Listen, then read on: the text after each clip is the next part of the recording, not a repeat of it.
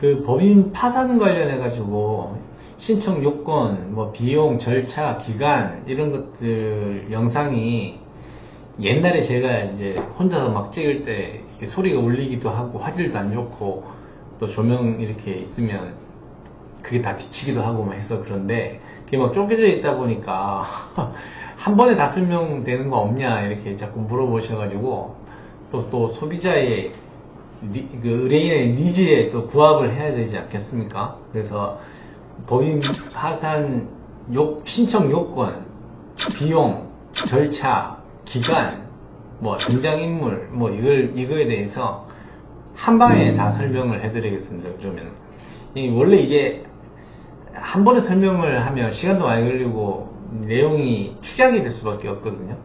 일단은 법인 파산은 사람으로 치면 이제 안락사 시키는 거기 때문에 사전에 전문 변호사하고 여러 번 상담을 거쳐보는 게 좋아요. 왜냐하면 변호사마다 보는 주요 사안이 쟁점이 다를 수가 있기 때문에 그렇습니다. 저 같은 경우는 이제 법인 파산도 중요하지만은 대표이사의 민형사 책임이라든지 그 다음에 뭐 특수관계인들의 책임이라든지 이런 것들에 대해서 주안점을 두고 업무를 하는데 일단 법인 파산 전에 전문 변호사하고 여러 번 상담을 좀 해봐라 이걸 강조하고 싶고 법인 파산 신청 요건, 기업 파산 신청 요건은 세 가지입니다. 부채 초과, 그러니까 자산보다는 부채가 많아야지 돼요. 근데 회계 장부를 기준으로 할 것이 아니고 실질적인 상태를 기준으로 해야 됩니다. 장부상에는 자산이 더 많은 것으로 되어 있는 분식이 있는 경우가 많아서 그냥 지급불능은 뭐냐면 쉽게 말해서 이제 앞으로 이제 반복적으로 채무 변제를 할 수가 없는 지경에 이른 경우 그거를 지급불능이라고 하거든요. 지급불능이 돼도 이제 신청할 수가 있어요. 이때는 자산이 좀 실질적으로 자산이 많다 하더라도 그 자산이 처분 부동산이다 뭐 이런 거여서 쉽게 현금화가 안 돼가지고 이자 납입이라든지 원리금 납입일에 변제를 못하는 것이 향후에도 예상이 될 경우에는 신청할 수 있는 겁니다. 자산 초과에도 법인 파산은 신청할 수 있어요. 그 다음 지급정지는 이 지급정지를 변호사들도 이게 무슨 은행에서 하는 건 줄 아는데 사실은 그건 거래정지고 지급정지는 채무자가 더 이상 내가 채무를 못 갚겠다. 예를 들어서 약속금, 전자금 이런 걸 부도낸다든지 수표를 부도낸다든지 못 갚겠다라고 의사표시를 하는 거예요. 채무자가 이제 하는 거예요. 지급정지는 지급불능으로 추정을 합니다. 법률상. 그래서 요건이 되는 거죠. 요 세 가지 요건 중에 어느 하나에만 해당하면은 법인 파산은 신청 요건을 구비했다 라고 보면 됩니다. 그 다음에 이제 이 요건이 충족되면은 법인 파산은 특별한 사정이 없는 사람 파산 선고 결정은 맞거든요. 그래서 파산 선고 기각 시 100% 환불, 수익료 환불 이런 얘기를 하잖아요. 그런 데는 과장 광고입니다.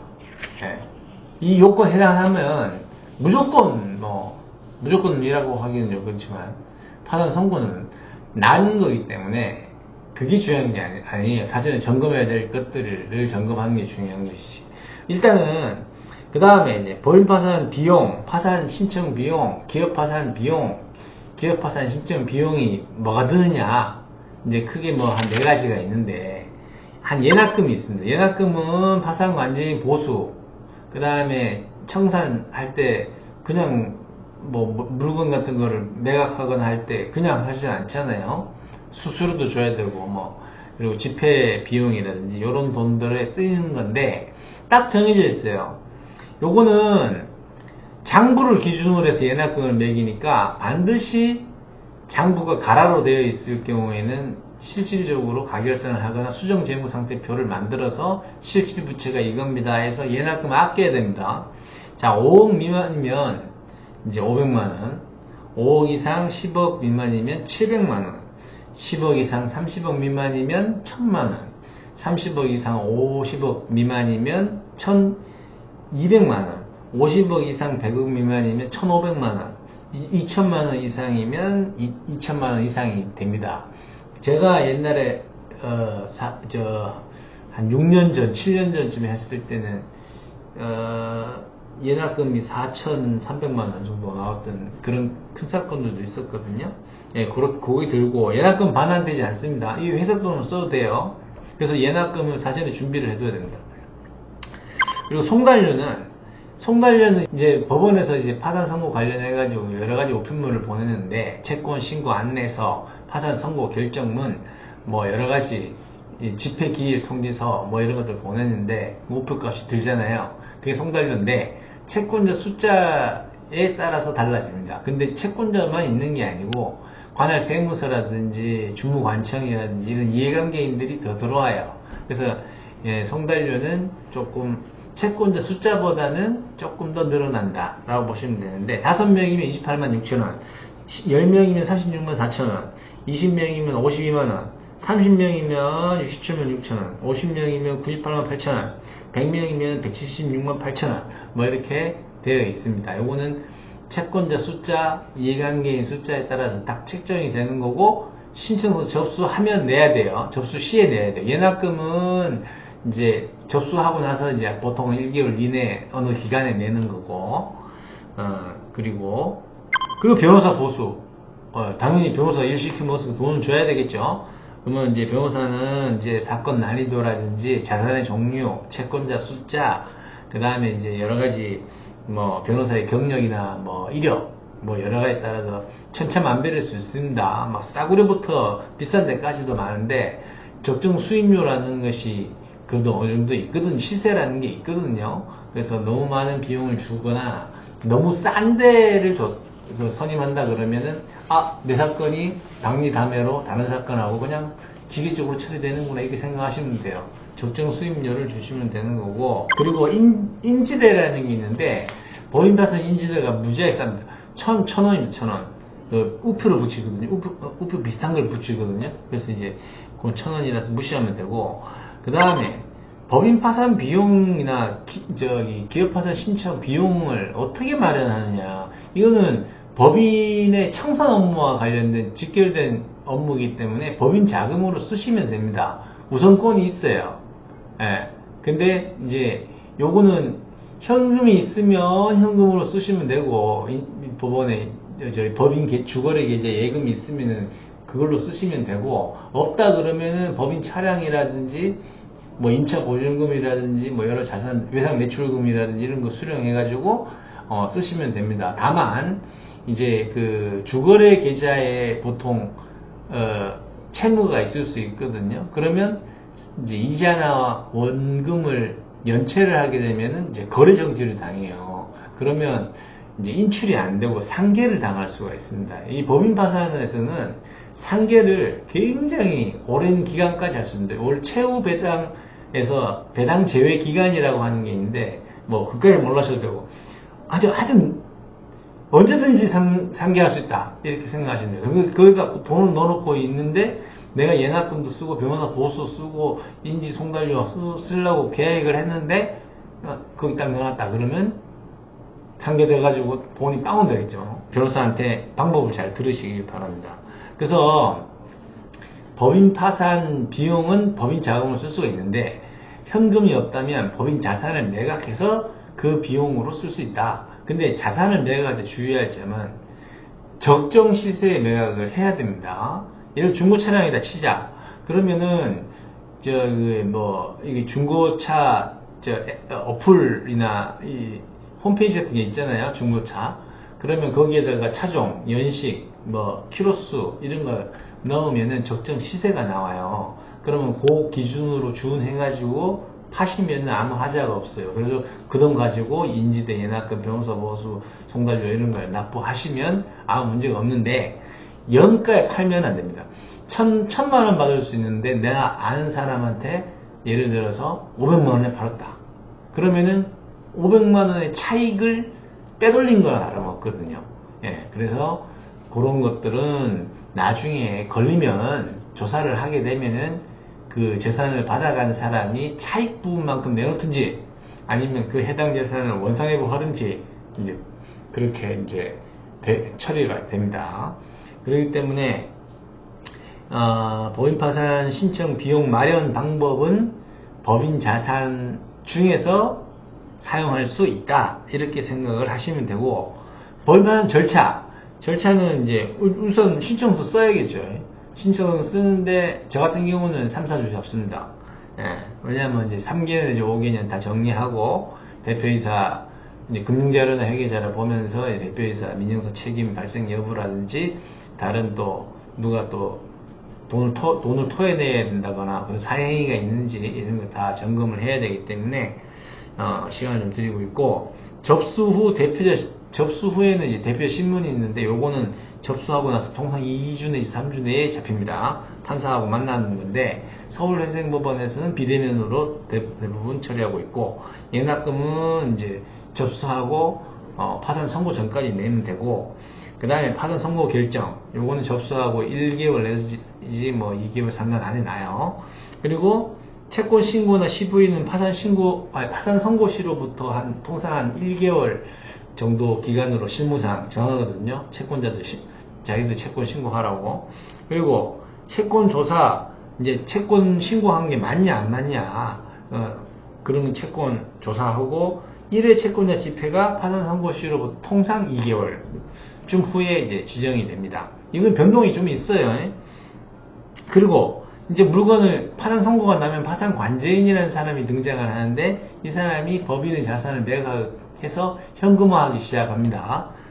그러면 이제 배당을 해요. 중간 배당 또는 뭐 이제 중간 배당하고 또 덜 팔린 자산이 있으면은 그거까지 마지막까지 팔아가지고 현금화해서 최후 배당까지 마치면 되는데, 자산 매각 시기가 오래 걸리느냐 짧게 걸리느냐에 따라서 이제 이 절차가 종료되는데 이제 기간이 달라지겠죠. 그러고 나서 이제 최후 배당까지 마치면 계산 보고를 위한 집회라고 해서 수지 보고서, 계산 보고서 이런 것들을 파산 관제인이 제출을 합니다.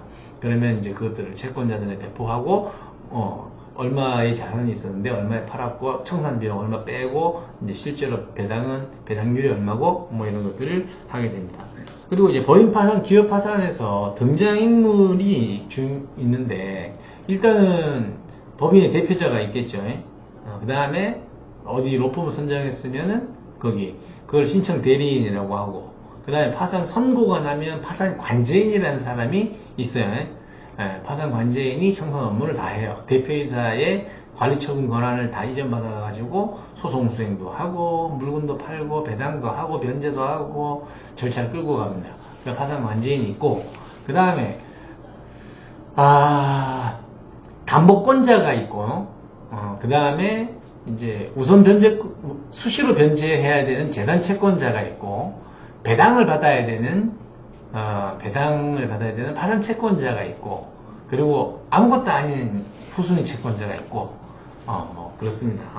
그래서 그리고 이제 주무관서가 이해관계에 들어오고, 등장인물들이 그렇게 됩니다. 그리고 이제 중요한 거는 이제 그러면 법인 파산은 이제 필수적인 건 아니고 필수적으로 해야 되는 건 아니고, 이제 채무 독촉이나 이런 것에서부터 법인의 채권자들이 대표이사한테 돈 달라고 하지 누구한테 돈 달라고 하겠어요, 그죠? 그러니까 그거에서 이제 탈피하기 위해서 이제 법인을 정리하는 건데, 법인 파산 전문 변호사나 기업 파산 전문 변호사, 회생 파산 전문 변호사 이런 거 찾아서 검색해가지고 보시면 되는데, 구별하는 방법이 있습니다. 우선 대한변호사협회에 도산이라고 전문 분야가 등록이 되어 있느냐, 그거 살펴보시면 되고, 그 다음에 상담을 통해서 막 여러가지 질문을 해보면 즉답을 하는지, 아니면 뭐 머뭇거리면서 답을 못하는지, 잘 모르면 어렵게 답하거든요. 법률 용어 막 써가면서 못 알아듣는 얘기를 막 한다 이러면은 이제 조금 전문성을 의심해 보실 필요가 있습니다. 어렵게 상담할수록 전문성은 떨어진다고 보시면 돼요. 제대로 알고 있는 사람 쉽게 설명하거든요. 그 다음에 수임료가 지나치게 싸다, 이건 박리담이에요. 그러면 이제 내 사건의 비중이 n분의 1로 줄겠죠. 그 다음에 너무 비싼 수임료도 문제입니다.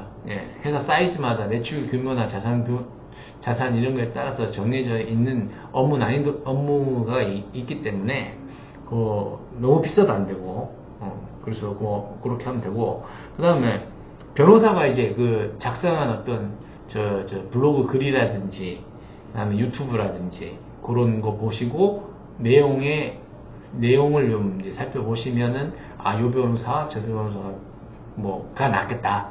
이런 것들 판단하실 수가 있어요. 예, 그렇게 해서 이제, 로펌이나 변호사 선임은 그렇게 하시면 되고, 그 다음에, 중요한 건 아까 뭐라 그랬습니까? 법인 파산 신청 전에 체킹할 사항들이 있거든요. 분식회계 정리해야지, 대표이사 민영사 책임 발생하는지 봐야지, 이런 것들은 이제 과거 3개년, 5개년 금융자료, 회계자료를 봐야 되는데, 여기 분식이 있을 수 있거든요. 대부분 분식이 있습니다. 외감대상 이하 회사들은.